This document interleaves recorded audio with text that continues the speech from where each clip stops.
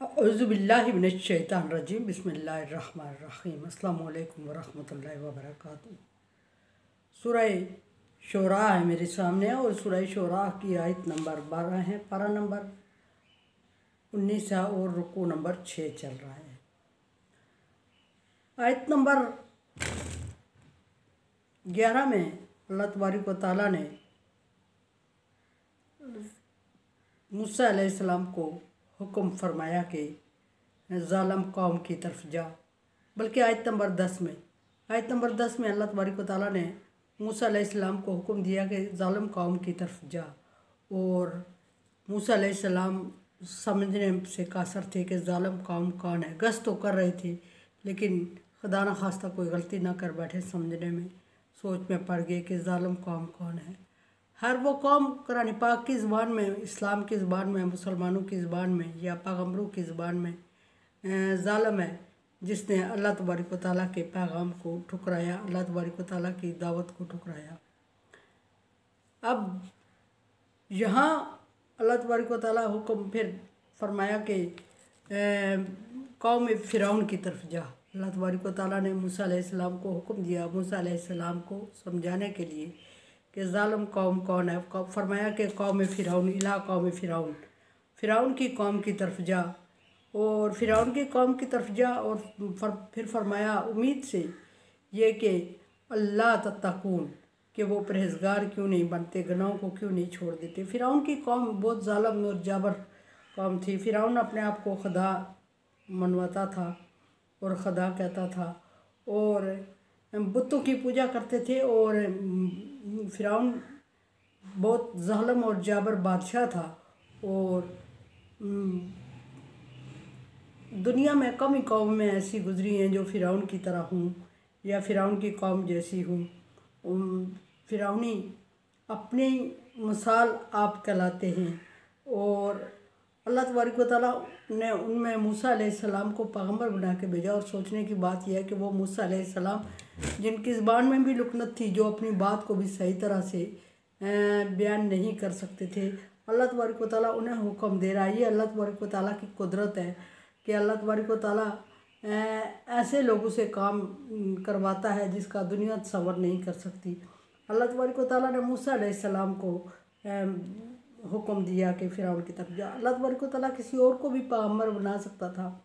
ऊपर से अलमी है ये कि मूसा अलैहिस्सलाम उसी के घर में, उसी के टुकड़ों में पले हुए थे। और ऊपर से ये कि मूसा अलैहिस्सलाम मुजरम भी थे, कौम के कत्ल भी कर चुके थे। मूसा अलैहिस्सलाम के हाथों से नादानिस्ता तौर पे कत्ल हो चुका था। सो ये सारे खौफ थे मूसा अलैहिस्सलाम के लिए। तो अल्लाह तबारक व तआला ने फिर भी मूसा अलैहिस्सलाम को हुक्म दिया कि जा और उसको हुक्म खुदावंदी सना, उस कौम को बुला, उसको अल्लाह की तरफ बुला, उसको अल्लाह के कहर से डरा। हो सकता है कि वो उनमें कोई परहेज़गार लोग निकल आएँ, हो सकता है कि कोई लोग परहेज़गार हो जाए, हो सकता है कि फ़िरौन इस्लाम कबूल कर ले। तो जा तो सही। अब अल्लाह तो ये ऐसा तो था नहीं कि अल्लाह के इल्म में ये बात नहीं थी कि फ़िरौन कभी भी इस्लाम कबूल नहीं करेगा। अल्लाह के इल्म में तो एक ज़र्रे के अंदर क्या चीज़ है वो भी पता है। और एक ज़ालिम जाबर बादशाह अल्लाह तबारक व तआला की तख्लीक करदा मखलूक थी और अशरफ मखलूक थी। और अल्लाह तबारक व तआला उसको बहुत करीब तरीन जानते थे। अल्लाह तबारक व तआला दिलों के राज जानते हैं। सो अल्लाह तबारक व तआला को पता था, इल्म में था कि फ़िरौन ने इस्लाम कबूल नहीं करना। फिर मूसा अलैहिस्सलाम को क्यों फरमाया? इसलिए कि कुछ लोग ईमान ले आए। नंबर 2 इसलिए कि हो सकता है कुछ लोग ईमान ले आए। और नंबर 2 इसलिए भी फरमाया कि अज़ाब में लाना था फ़िरौन को। और अल्लाह तबारक व तआला किसी कौम पर अज़ाब उस वक्त तक नाज़िल नहीं फरमाता है जब तक उसके लिए नबी का इंतखाब ना कर ले और उसके लिए शरीयत का इंतखाब ना कर ले और उसके शरीयत को समझाने के लिए नबी का इंतखाब ना कर ले। और अगर इस सारे प्रोसीजर के बगैर अल्लाह तबारक व तआला किसी कौम पर अज़ाब ले आता है तो फिर अल्लाह ज़ालिम हो जाता है, अल्लाह जुल्म कर देता है।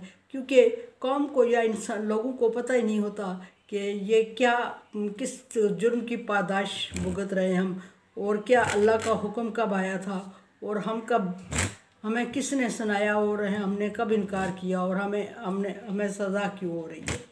ये सारी चीज़ें अल्लाह तबारक व तआला जानते हुए मूसा अलैहिस्सलाम को भेज रहे हैं, ताकि फ़िरौन के गर्क होने के बाद फ़िरौनियों को और दूसरे लोगों को और राती दुनिया तक लोगों को ये सवाल ना मिले कि अल्लाह तबारक व तआला ने फ़लाँ बादशाह को गर्क कर दिया क्योंकि वो खुदाई का दावा कर रहा था और गर्क कर दिया और उसके लिए हदायत का इंतज़ाम किया ही नहीं, तो वह हदायत कहाँ से पाता। कोई माँ के पेट से हदायत लेके पैदा नहीं होता, हदायत हमेशा सिखाई जाती है, दी जाती है। अल्लाह तबारक व तआला ने इंसानियत की हदायत के लिए कम व बेश 1,24,000 पैगम्बरों का इंतखाब किया, पर इंसानियत जो नहीं समझी वो नहीं समझी, जो समझी वो कामयाब हो गई। बहरहाल जहाँ फरमाया कि शायद कि वो उनमें से।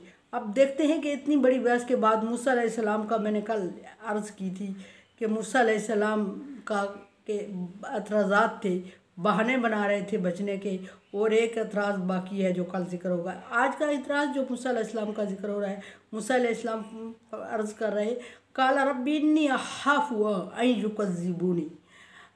मूसा अलैहिस्सलाम ने अर्ज़ किया कि या अल्लाह, मुझे डर है, मुझे खौफ है, मैं खौफज़दा हूँ और मुझे समझ है, मुझे पता है कि वो मुझे जुटला देंगे। अब खौफ किस चीज़ का था, पीछे बात गुजर चुकी है। एक तो बादशाह था, एक तो मूसा अलैहिस्सलाम उसके घर पले हुए थे, उसकी दहशत थी। ज़ाहिर है एक बड़े बंदे जिसके पास परवरिश पाता है बंदा, उसकी दहशत होती है।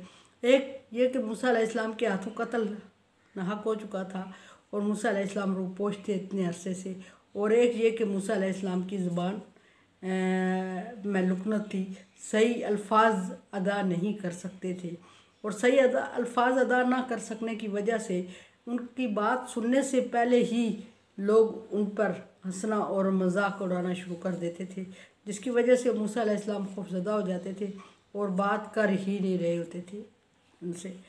और मूसा अलैहिस्सलाम मूसा अलैहिस्सलाम ने अर्ज़ किया कि मुझे खौफ है, अल्लाह मुझे खौफ है कि वो मुझे जुटला देगा। और जुटलाने की वजूहात ये है कि मूसा अलैहिस्सलाम चूँकि उसके पास पले बड़े थे, मूसा अलैहिस्सलाम उसको जानते थे, मूसा अलैहिस्सलाम की समझ थी कि ये बादशाह है, और मूसा अलैहिस्सलाम की ये भी समझ थी कि मैं उसके साथ गो कि मैं अल्लाह का पैगम्बर हूँ, अल्लाह मुझे अपना कलाम दे के भेज रहा है, लेकिन उसके बावजूद वो दुनियादार बंदा है, उसके सामने मैं कोई मानी नहीं रखता, और ऐसा ना हो कि मेरे जुर्म की सज़ा में ही मुझे वो सज़ा कर दे, जुर्म की सज़ा में ही मुझे जान से मार दे, और ऐसा ना हो कि जब मैं उसके पास पहुँचूँ तो उसका गुस्सा उसको याद आ जाए और फिर वो गुस्से में आए, और गुस्से में आने के बाद मेरे साथ कोई ऐसा सलूक कर दे कि मेरी जान ही जाती रहे। या और भी बहुत सारे खदशात थे जो मूसा अलैहिस्सलाम के थे, आगे वक्तन फ़क्तन ज़िक्र होते रहेंगे। अब आयतें ऐसी आ रही हैं जो मिलती जुलती हैं, और पहले बाद में आने वाली आयत को अगर पहले वाली में ऐड कर लेते हैं तो बाद में कुछ उस नहीं रहता। कुरान समझे, देखे समझे और सब्सक्राइब करें और सदका जारिया में मेरा साथ दें। अल्लाह तबारक व तआला का हुक्म तावन अला बिर्रि व तक़वा, नेकी और भलाई के कामों में एक दूसरे से तावन करें। सो तावन करें, चैनल को सब्सक्राइब करें और बेल आइकन को भी प्रेस कर दिया करें और शेयर करें और सदका जारिया में मेरा साथ दें। अल्लाह हाफ़िज़।